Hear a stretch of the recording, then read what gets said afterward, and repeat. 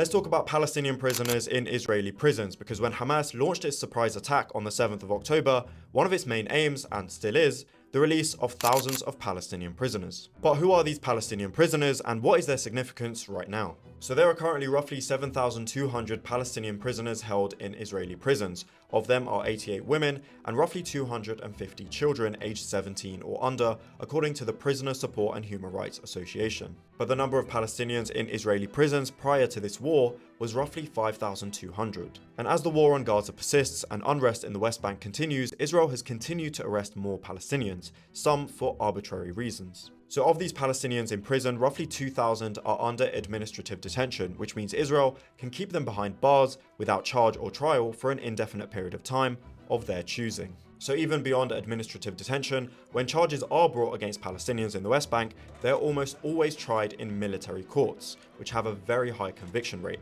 In contrast, Israelis are usually tried in civil courts. And this number of Palestinian minors held by Israel is widely underreported. An estimated 500 to 700 Palestinian children, some as young as 12, are tried in military courts every single year. And the most common charge is, yep, you guessed it, stone throwing, which carries a 20-year prison sentence. Now, in Israeli prisons, Palestinian children are often subjected to strip searches, as well as physical and psychological torture, according to child rights groups.